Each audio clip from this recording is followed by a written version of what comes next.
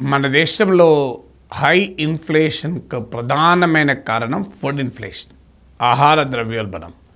అందులో మరీ ముఖ్యము వెజిటబుల్ ప్రైసెస్ ఇన్ఫ్లేషన్, కూరగాయల ధరలు. చాలా సందర్భాల్లో కూరగాయల ధరలు ఒక ఆందోళన కలిగిస్తుంటాయి. ఇది పేదల సామాన్యులకు ఆర్థిక భారం కావడమే కాకుండా వాళ్ళ కన్జంప్షన్లో కూరగాయలని తగ్గించి న్యూట్రిషనల్ లెవెల్స్ని కూడా తగ్గిస్తుంది. సో ఈ కూరగాయల్లో మరీ ముఖ్యంగా మీరు టమాటోస్, ఆనియన్స్, ఉల్లిగడ్డలు, టమాటాలు మనం తరచూ చూస్తుంటాం. ఏడాదిలో ఒక పీరియడ్లో టమాటా ధరలు ఆనియన్ ధరలు చాలా పెరిగిపోతాయి. సామాన్యుడికి అందుబాటులో లేవు, ఉల్లి నీళ్లు పెట్టిస్తుంది, టమాటా ఫ్రూట్ అయిపోయింది అని వార్తలు వస్తాయి. మళ్ళీ అదే ఏడాదిలో ఇంకో సమయంలో టమాటా ధరలు రాక రైతులు పొలంలోనే వదిలేశారు, దున్నేశారు, టమాటాలు రాసులు పోసి వదిలేశారు, అసలు కోయకుండా వదిలేశారు ఆనియన్లను అంటూ మళ్ళీ వార్తలు వస్తాయి. ఈ రెండు వార్తలు చూస్తే ఎప్పుడూ అనుమానం కలుగుతుంది, ఏంటి ఈ రెండింటిని మనం ఎందుకు సమన్వయపరచలేకపోతున్నాం? వాస్తవంగా మరి కారణం ఏంటి? ఇలా కూరగాయల ధరలు ఎందుకు వొలటైల్గా ఉంటాయి? అంటే భారీగా పెరుగుతాయి, పతనం అవుతాయి. భారీగా పెరిగినప్పుడేమో కన్జ్యూమర్ దెబ్బతింటాడు, భారీగా పతనమైనప్పుడేమో రైతు దెబ్బతింటాడు. మీకు వరి, గోధుమ లాంటి పంటలకు ఈ పరిస్థితి రాకుండా ఉండేందుకే ప్రభుత్వ ప్రొక్యూర్మెంట్ విధానం వచ్చింది. ప్రభుత్వ ప్రొక్యూర్మెంట్ అంటే ప్రభుత్వం కొనుగోలు చేసి నిల్వ చేసి ఎఫ్సిఐ గోడౌన్లో ప్రజా పంపిణీ వ్యవస్థ, పబ్లిక్ డిస్ట్రిబ్యూషన్ సిస్టమ్ ద్వారా ప్రజలకు పంపిణీ చేయడం ద్వారా అటు ఈ ప్రైస్ వొలటాలిటీ, ధరల హెచ్చుతగ్గుల్ని నివారించి రైతులకు ఇన్కమ్ సెక్యూరిటీ, ఆదాయ భద్రతను, కానీ వినియోగదారునికి ఫుడ్ సెక్యూరిటీ, ఆహార భద్రతను ఏకకాలంలో ఇస్తున్నారు. కానీ వెజిటబుల్స్కు ఆ రకంగా లేదు. కేరళ లాంటి రాష్ట్రంలో వెజిటబుల్ కూడా support price, minimum support price ప్రకటించారు. కానీ సమస్య ఏంటంటే చాలా వాటికి ప్రభుత్వాలు మినిమం సపోర్ట్ ప్రైస్ ప్రకటించినా ఆచరణలో పబ్లిక్ ప్రొక్యూర్మెంట్ లేకుండా మినిమం సపోర్ట్ ప్రైస్ ప్రకటించినా నిలబడదు, మార్కెట్లో జరగదు. ఇక మరి కూరగాయల ధరలు ఎందుకు పెరుగుతూ ఉంటాయి? ఎందుకు హెచ్చుతగ్గులకు లోనవుతాయి? పెరగడమే కాదు, భారీగా పెరుగుతాయి, భారీగా పతనం అవుతాయి. దీనికి కారణాలు ఏంటి అన్నప్పుడు మీకు 2 స్టడీస్ కోట్ చేస్తాను. మొదటిది reserve bank of India study. RBI study ప్రకారం క్లైమేట్ చేంజ్, వాతావరణ మార్పు, అలాగే అన్ప్రెడిక్టబుల్ వెదర్ అంటే వాతావరణ పరిస్థితుల్ని మనం అంచనా వేయలేకపోవడం వల్ల సప్లై చైన్ డిస్రప్షన్ అవుతుంది. సప్లై చైన్ అంటే కూరగాయలు పండిన చోటు నుంచి కన్జ్యూమర్కు చేరే ప్రక్రియ సప్లై చైన్స్ అంటారు. అందుకే మీకు వర్షాకాలం రావడంతోనే కూరగాయల ధరలు పెరిగిపోతూ ఉంటాయి. అలాగే ఎండాకాలంలో కూడా కూరగాయల ధరలు పెరుగుతుంటాయి. కారణం ఏంటంటే ప్రొడక్షన్ దెబ్బతినడం వల్ల, లేదు సప్లై దెబ్బతినడం వల్ల, ఈ సప్లై ఛానల్ డిస్రప్షన్ వల్ల ధరలు హెచ్చుతగ్గులకు లోనవుతూ ఉంటాయి. ఇక నబార్డ్ కన్సల్టెన్సీ సర్వీసెస్ 2022లో ఒక స్టడీ జరిపింది. ఆ స్టడీ ప్రకారం ఇన్అడిక్వేట్ స్టోరేజ్ ఫెసిలిటీస్ అంటే ఈ నిల్వ చేసుకునేటువంటి సదుపాయాలు సరిగా లేకపోవడం కూరగాయల ధరల వొలటాలిటీకి, హెచ్చుతగ్గులకు ప్రధానమైన కారణమని నబార్డ్ కన్సల్టెన్సీ సర్వీసెస్ పేర్కొంది. పూర్ స్టోరేజ్ ఫెసిలిటీస్ అంటే చాలిన స్థాయిలో సరిగా నిల్వ చేసుకునే సదుపాయాలు లేకపోవడమే కాదు, ఇంకో సమస్య కూడా ఏంటంటే ఈ పోస్ట్ హార్వెస్ట్ లాసెస్ కూడా చాలా ఎక్కువ. నిల్వ చేసుకోలేకపోయే వరకు షెల్ఫ్ లైఫ్ తక్కువ ఉంటుంది కూరగాయలకు. దానివల్ల పోస్ట్ హార్వెస్ట్ లాసెస్ అంటే కూరగాయలని పండించిన చోట కోసిన తర్వాత వినియోగదారునికి చేరే సమయంలో చాలా నష్టపోతూ ఉంటారు. వీటినే పోస్ట్ హార్వెస్ట్ లాసెస్ అంటారు. మన దేశ అగ్రికల్చర్ ప్రొడక్షన్లో పోస్ట్ హార్వెస్ట్ లాసెస్ గణనీయంగా ఉంటుంది. మీకు నబార్డ్ కన్సల్టెన్సీ సర్వీసెస్ స్టడీ ప్రకారం 5 to 12% మన దేశంలో పోస్ట్ హార్వెస్ట్ లాసెస్. సో వీటిని నియంత్రించగలిగితే అటు రైతు లాభపడతాడు, ఇటు కన్జ్యూమర్ కూడా లాభపడతాడు. ఈ పోస్ట్ హార్వెస్ట్ లాసెస్ని కంట్రోల్ చేయాలి అంటే చాలా ఇంపార్టెంట్ స్టోరేజ్ ఫెసిలిటీస్. మీకు ఎంఎస్ స్వామినాథన్ జాతీయ రైతు కమిషన్ కూడా గ్రామ స్థాయి నుంచి జాతీయ స్థాయి వరకు ఫుడ్ బ్యాంకులు ఏర్పాటు చేయాలి, అగ్రికల్చరల్ స్టోరేజ్ ఫెసిలిటీస్ ఏర్పాటు చేయాలి అని కూడా సూచించారు. అందువల్ల ఈ స్టోరేజ్ ఫెసిలిటీస్ సరిగా ఉంటే అడ్వాంటేజ్ ఏంటంటే రైతు డిస్ట్రెస్ సేల్ చేసుకోవాల్సిన అవసరం ఉండదు. అంటే తాను ధర వచ్చినా రాకపోయినా అమ్ముకోవాల్సిన దుస్థితి ఉండదు. అయితే అఫ్కోర్స్ కూరగాయలకు వచ్చేవరకు ఏంటంటే ఈ షెల్ఫ్ పీరియడ్ తక్కువగా ఉండడం, అంటే ఒక్కసారి కోసిన తర్వాత అది ఎంత మేరకు ఉంచగలము అనేది చాలా తక్కువ ఉంటుంది. మీకు ఇప్పుడు వరి గోధుమలాగా కాదు. అందుకే దానిపైన పరిశోధన కూడా పెరగాలి. అంటే గ్రేటర్ షెల్ఫ్ లైఫ్ ఉండే కూరగాయలని తయారు చేయలేమా, దీనిపైన అగ్రికల్చరల్ రీసెర్చ్ కూడా ఫోకస్ చేయాలి. మీకు పోస్ట్ హార్వెస్ట్ లాసెస్ తగ్గించడానికి కీలకమైన అంశం ఏంటంటే ఈ end to end refrigeration facilities. అంటే మీకు ఫార్మర్ గేట్ నుంచి కన్జ్యూమర్ గేట్ వరకు, ఎస్పెషల్లీ ఈ తొందరగా చెడిపోయేటువంటి వెరీ స్మాల్ షెల్ఫ్ లైఫ్ ఉన్నటువంటి తొందరగా పాడైపోయేటువంటి కూరగాయల విషయంలో end to end storage refrigeration facility చాలా కీలకం. ఇది మన దేశంలో కాస్ట్లీ వ్యవహారం కావచ్చు, బట్ అసాధ్యమేం కాదు.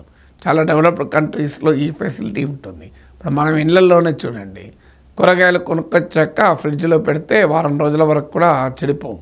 అదే నువ్వు బయట పెడితే చెడిపోతాయి. ఇదే రైతు పొలములో కోత కోసిన తర్వాత అది మీకు కోల్డ్ స్టోరేజ్ చైన్ లాగా ఉందనుకోండి, మార్కెట్కి రావడము కన్జ్యూమర్ కొనే వరకు నీకు డ్యామేజ్ అనేది పోస్ట్ హార్వెస్ట్ లాసెస్ గణనీయంగా తగ్గుతుంది. ప్రొడక్టివిటీ పెరిగిపోతుంది, రైతులకు ఆదాయం కూడా పెరుగుతుంది. ఇక దీంతో పాటు చేయాల్సింది ఏంటి, ఈ food farmer producer organisations, FPOs, agricultural startups, అలాగే ఫార్మర్ కోఆపరేటివ్స్కు ఎంకరేజ్ చేయడం. ఇప్పుడు మీకు 2024-25 బడ్జెట్లో ఈ స్టోరేజ్ ఇన్ఫ్రాస్ట్రక్చర్ పైన కేంద్రీకరిస్తాం, అలాగే ఈ ఫార్మర్ ప్రొడక్షన్ ఆర్గనైజేషన్స్ని ఎంకరేజ్ చేస్తామని బడ్జెట్లో చెప్తుంటారు. కానీ ఆచరణలో ఈ అగ్రి ఎంటర్ప్రినర్షిప్ను డెవలప్ చేయరు. అగ్రి ఎంటర్ప్రినర్షిప్ మన దేశంలో ప్రజలకు ఉచితంగా డబ్బులు ఇవ్వమంటే ఇస్తారు తప్ప కష్టపడి ఒక ఎంటర్ప్రినియర్గా చేయాలనుకుంటే వారికి సపోర్ట్ ఉండదు. నిన్ననే మాకు పాలు పోసే అతనితో మాట్లాడాను. అతనికి 1 ఎకరం పొలం కూడా లేదు. ఏదో ప్రైవేట్ కంపెనీలో పనిచేసుకునేవాడు. కానీ వారికి కుటుంబ వారసత్వంగా బర్రెలు ఉండేవి, గేదెలు ఉండేవి. వాళ్ళు పాలు అమ్మేవారు, గేదెలు, ఆవులు వీటి వల్ల. సో వాళ్ళకి ఏంటంటే 10 ఎకరాలు నేను చెప్తున్నాను, నేను 12 ఎకరాలు లీజుకు తీసుకున్నాను సార్. తీసుకొని ఒక షెడ్ వేసుకొని ఆ షెడ్లో పాడి పశువుల్ని పెంచుకుంటున్నాను. మిగతా 4 ఎకరాల్లో ఈ ఫాడర్ పచ్చిగడ్డి, అంటే పాడి పశువులు మంచిగా మిల్క్ ఈల్డ్ ఉండాలి, క్వాలిటీ మిల్క్ ఉండాలి అంటే పచ్చిగడ్డి ఉండాలి కనుక పచ్చిగడ్డి పెంచుతున్నాను.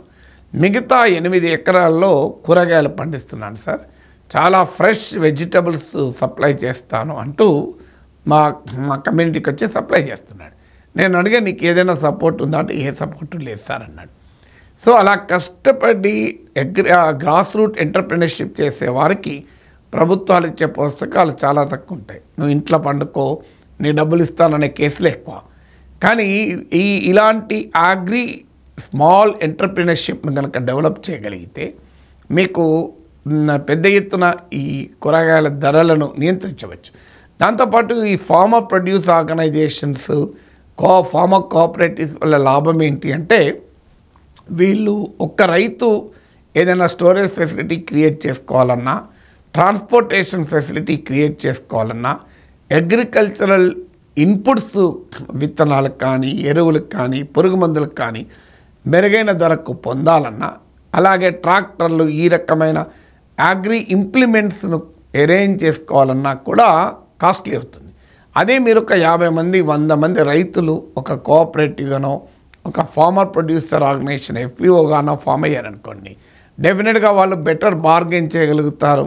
ఈవెన్ ప్రాసెసింగ్ కూడా చేసుకోగలుగుతారు. వాళ్ళు వాల్యూ యాడెడ్ సర్వీసెస్ కూడా డెవలప్ చేసుకోవచ్చు.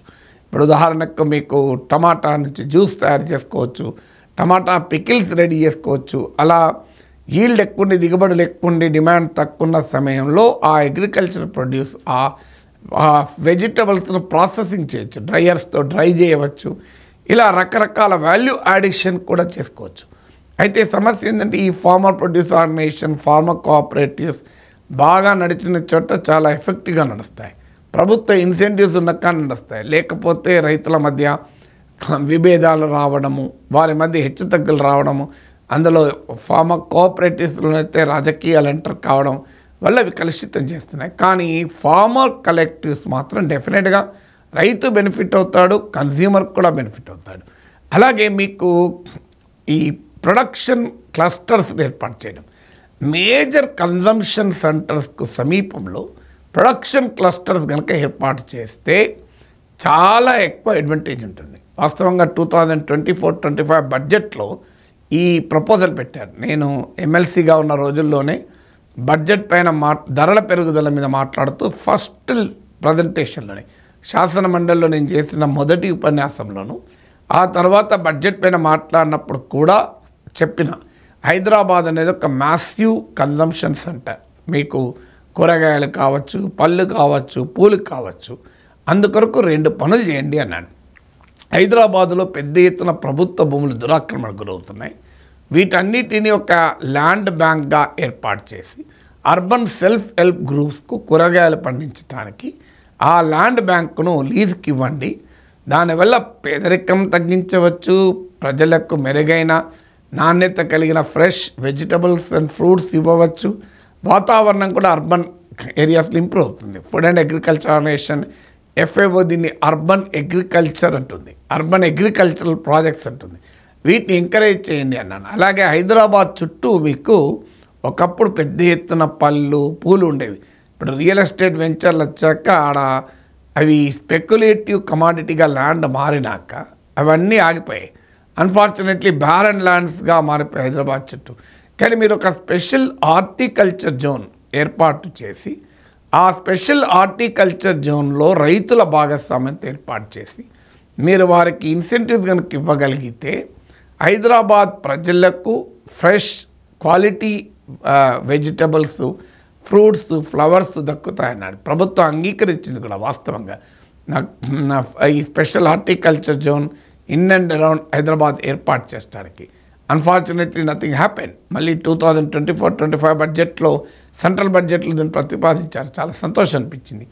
అంటే ఈ ప్రొడక్షన్ క్లస్టర్స్ ఏర్పాటు చేస్తే అడ్వాంటేజ్ ఏంటంటే మీరు FPO ఫార్మర్ కోఆపరేటివ్స్ లాగానే వారు ఇన్పుట్స్ను మెరుగైన ధరకు, అంటే స్కేల్ ఉంటుంది. మీకు ఒక్క రైతు కొనుక్కోవడం, ఒక ఎరువును 100 మంది రైతులు, 1000 మంది రైతులు కొనుక్కోవడంలో తేడా ఉంటుంది. మార్కెటింగ్ ఈజీ అవుతుంది, కలెక్టివ్ మార్కెటింగ్ చేసుకోవచ్చు. అగ్రికల్చరల్ ఇంప్లిమెంట్స్ కూడా కలెక్టివ్గా వాడచ్చు.